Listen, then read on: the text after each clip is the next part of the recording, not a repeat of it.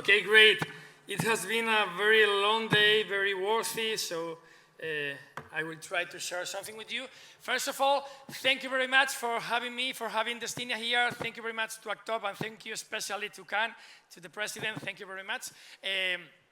We are going to speak quite briefly about several trends related to technology, and after that we can speak, if you want, in the coffee or wherever, about more things, but I will try to give something insightful for you all. First of all, Destinia, who we are. Last year we moved 1.6 million travelers. This year we will overcome the 2 million travelers. We are selling in 95 countries, more than 500,000 bookings. Our first market is still Spain, but our biggest markets now are France, Germany, UK, United States, Brazil, Mexico, and basically the whole world, because we are selling online.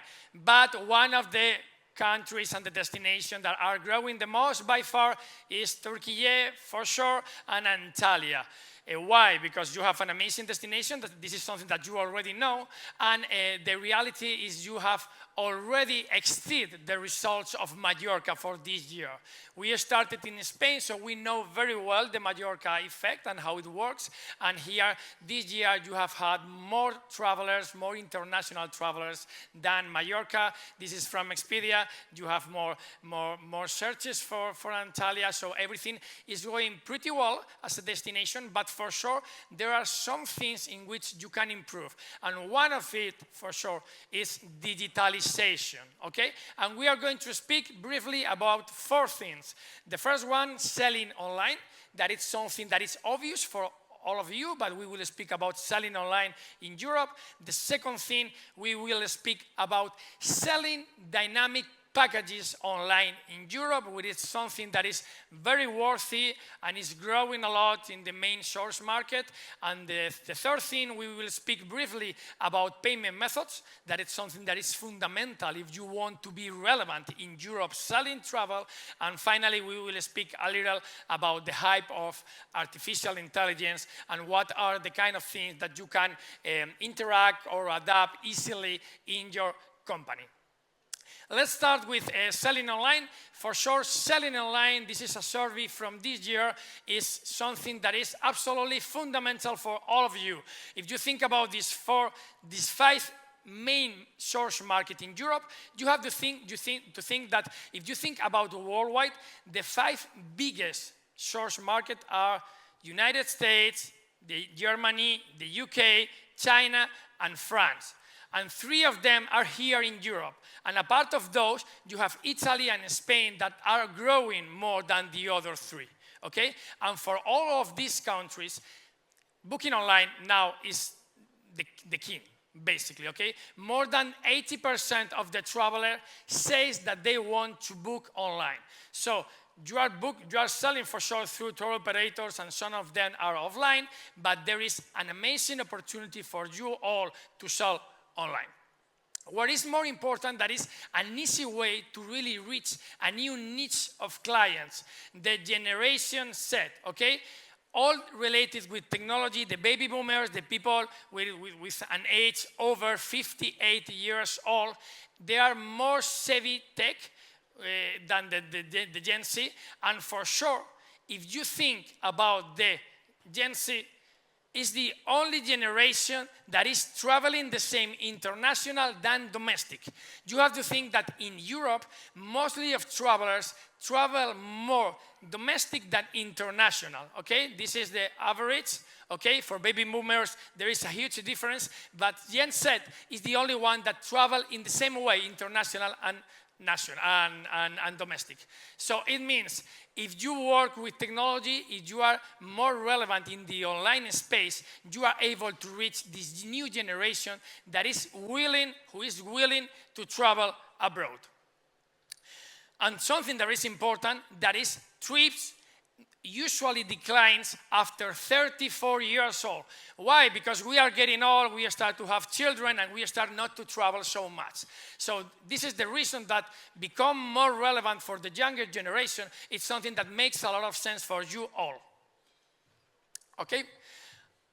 Okay, and when you decide that you want to sell online, you have basically two main approaches. The first approach is to sell through an OTA, something like that, and the second approach is to sell through yourself. Okay, if you think about these 5 main markets, UK, France, Germany, Italy, and Spain, okay, the people who is looking for the product usually goes by far to the OTAs. Still, OTAs are the main way to reach the clients you want to reach, okay? But the one that is growing the most is travel supplier website. It means that although you still need intermediaries like Destinia, for sure, we are still very relevant because we can help you to go to different niche of people, you can be very, very relevant with your own site. So you need to invest, and I know you are investing, but you need to invest more in your direct channel because the acquisition cost for sure at the beginning is higher, but in the future, it's something that makes a lot of sense. And when the clients are looking for the destination, it happens basically the same. If you look at the French, Germany, Italian, and Spanish people, the people is looking in the OTAs. So the client you want to reach is in the OTAs. It's true that for other countries, the general search, Google, or the normal engines, search engines, are very relevant, but OTAs are still super important for your distribution. And although you are depending a lot on tour operators in some cases, and it was the same that happened in Spain some years ago, you have a very good opportunity with different OTAs in Europe and out of Europe.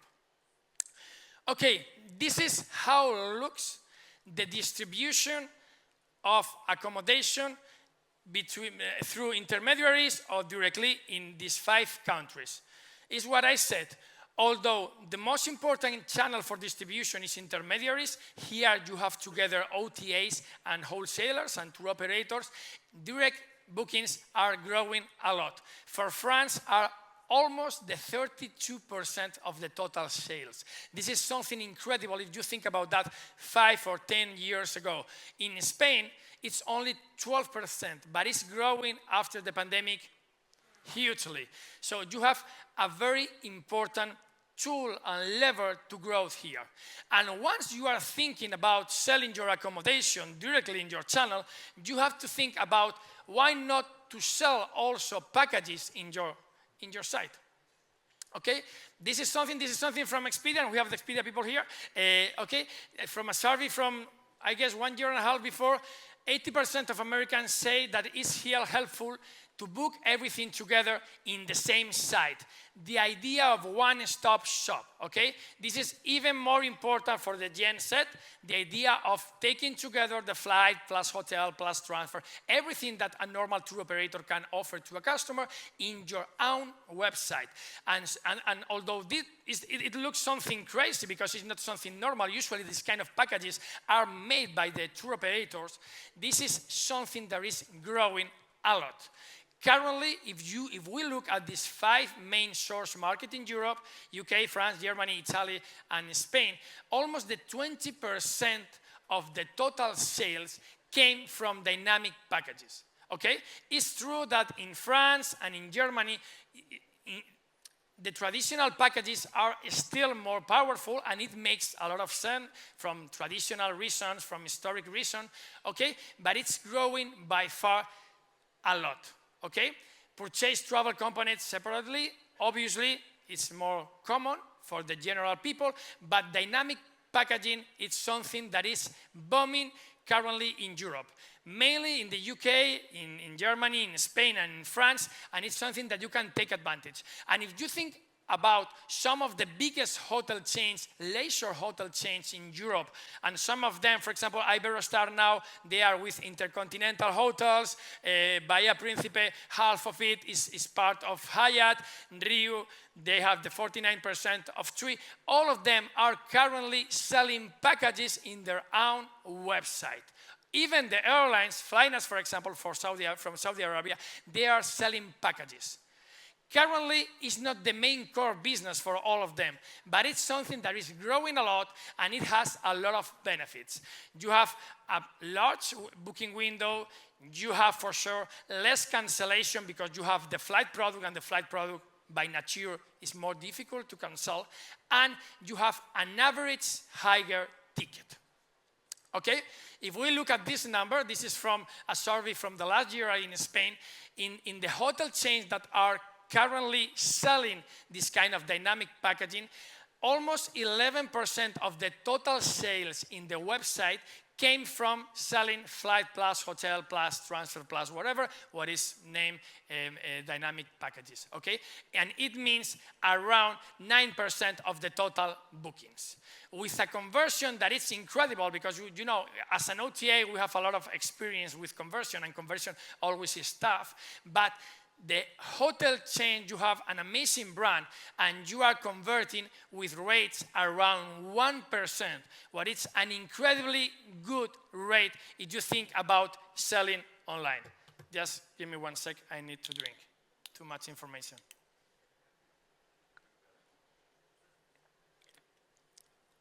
I can forward to you later this presentation because there are a lot of information, but I guess it's quite useful for you all. Okay. And okay, once we are sure that selling online is great and selling packages online is great and it's an amazing opportunity for you all, what else? Payment methods. There are a lot of things about payment methods. These are the 7 biggest trends from EY from the last year about payment methods. We will only focus in 2 of them that for me are the more relevant. One of them is selling, is letting the client to book in your mobile, what is something that is obvious in some cases, but still a lot of people don't let the customer to book through the mobile. And the second one is the buy now, pay later feature, what is something that basically in America and in Europe is growing massively, okay? First of all, everything related with payment methods, it's supposed to be done in the travel industry. For sure, all of us are accepting credit cards, but there are much more ways to accept the money from the customer, and some of them makes the process more smooth and more easy for the customer. And at the end of the day, what you are trying is to make the life of your customer easier. And if you think about pay by installments, buy now and pay later, but that basically means purchase today and pay in different installments, currently only the 39% of the company are providing this solution. But it means worldwide around 40 billion this year, and it's supposed to be in 6 years around 80 billion. Today, it's only 1.3 of the total addressable market, but the possibilities to grow are very high, and you are avoiding something that is a real problem for the hotels in Europe, that is fraud. You are starting, the more you sell online, the more fraud you have. And at the end, it will be a problem in your P&L because you will have something around 1 to 2% of your total sales with fraud, and it will impact to your results for sure. Okay, basically, if we speak about buy now, pay later, around 30% of the suppliers of the hotel companies or airlines are already accepted buy now, pay later, but there is a 70% possibilities to improve. And this is an amazing opportunity that not everyone is taking. And if we think about paying through the mobile, although the suppliers, almost the 85% are providing with solution to pay through the mobile, still there is a 15% of lackness here. So there are a 15% of the hotels that are not letting the customer to pay through the mobile, what is crazy if we think that we are in 2024. But if we think about wholesalers and retailers, more than 50% of the cases, they are not letting the customer to pay through the mobile. Pay through solutions like Apple Pay, Amazon Pay, Android Pay, wherever. And this is an amazing opportunity to get this new kind of Gen Z clients that will be your traveler in the future, and they are more willing to travel abroad than the previous generation, okay? And after these 3 things, the 4th thing is personalization and artificial intelligence. And if we think about artificial intelligence, we can't avoid to think about ChatGPT. And I suppose if I were you, when you think about artificial intelligence, you don't feel comfortable because sometimes it's quite complicated to understand what is hype and what is reality and what kind of things you can really adapt. And the good thing about artificial intelligence is the concept of scarcity. Our minds are shaped about scarcity. A scarcity of doctors, a scarcity of teachers, a scarcity of good ideas, a scarcity of good hotels, of good properties, of good location. And with artificial intelligence, for the very first time in history, you don't have to think about the scarcity because you are able to have so many resources, okay? You have to think that half of our company are IT people, and it's always a problem because after the pandemic, we have an incredible bubble about IT programmers, people that are able to code. But now with artificial intelligence, you are able to do things that before was absolutely impossible to you. I will be super brief, but when we are speaking about artificial intelligence, the reality is in the 90% of the cases we are speaking about machine learning. And the 90% of the things you are interacting with are machine learning algorithms. That basically what they do is to understand data, to identify patterns, and to make decisions without human intervention. That's it. They take a bunch of data, they identify some patterns, and they make decisions. And this is how ChatGPT works in a more contextual and generating text. But basically, the idea is the same. So the core ideas are quite simple, although sometimes when we speak about artificial intelligence, everything looks very complicated. If we think about the kind of things that we can do with artificial intelligence, we can ask ChatGPT about that. And for sure, we will think about these two things. The first one, personalized recommendation, chatbot, and virtual assistant. And these are things that you already can do in your website, in your companies. In Destinia, we were the first OTA in Europe to integrate ChatGPT in our own search process. And now if you go to destinia.com, I highly recommend it to all of you. You can choose to use the normal search box like origin, destination, the dates, whatever, or to go to a contextual conversational chat in which you are interacting with ChatGPT plus something else, okay? And I'm sure this is not the future. So this is not going to be the future, but everything is about the journey. It's about learning something about artificial intelligence, and in the future, maybe the things are not like this, but you have to try it, because if not, you won't be ready for the future. This is the same that Booking.com and Expedia has done, basically, and what we are currently doing, and it's something that is quite easy for you all to do, is to put together ChatGPT or this kind of large language model with your own knowledge. This is called retrieval augmented generation. That basically means to take ChatGPT, in our case, and to take all the knowledge you know about the feedback from your customer, about the claims, about the feedback from your suppliers, about all the information you have in your company, put it together with the large language model, with ChatGPT, and with this whole information, interact with the customer. And this is something incredible if you think about resolve doubts for the customer, and in the future, to avoid to have real people picking up the phone on behalf of you. And the second great thing you can do with artificial intelligence currently is personalization. And you can do basically two things about personalization without investing a lot. One is what I call one-to-one personalization, is hyper-personalization. It means to take into account, when you interact with the customer, the previous behavior, the searches, the clicks, the bookings. And the second way is something like most cases personalization. That means personalize your website, your results, based on general ideas or a specific niche or a specific kind of customer. And both things are very relevant for you, because one of the worst thing of being online is you have to acquire the customer. This is the result of the last 12 months of Destinia, and currently the 37% of our customers have already booked something in Destinia in the previous 12 months.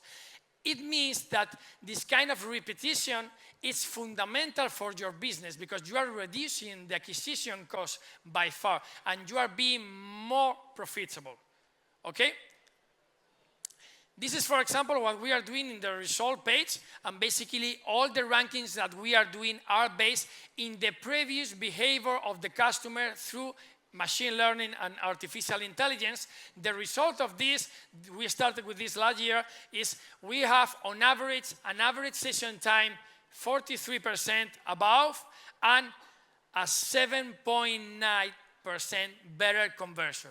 What means at the end of the year, millions of dollars in your P&L only working with this technology, and you don't have to really develop all the algorithms with the artificial intelligence. You only need to implement them in a proper way and use a software house or something like that. And the second way to interact is what I call the most cases personalization. That is something like this. And use artificial intelligence to realize what are the images that drives conversion better. It means, you know that images are fundamental to convert in the online world because the customer prefers the bathroom images instead of the bedroom images or whatever. And in some cases, you cannot prove and you cannot manage so many images because in some properties you have 100 different images, pictures, and it's impossible to handle. But with artificial intelligence, you can serve these images, this picture, in a real time and realize in a short period of time what converts better, what drives better to conversion, and realize that these two pictures are better than these two pictures if you want to get more bookings, okay? And this is something that is not very complicated and is quite useful.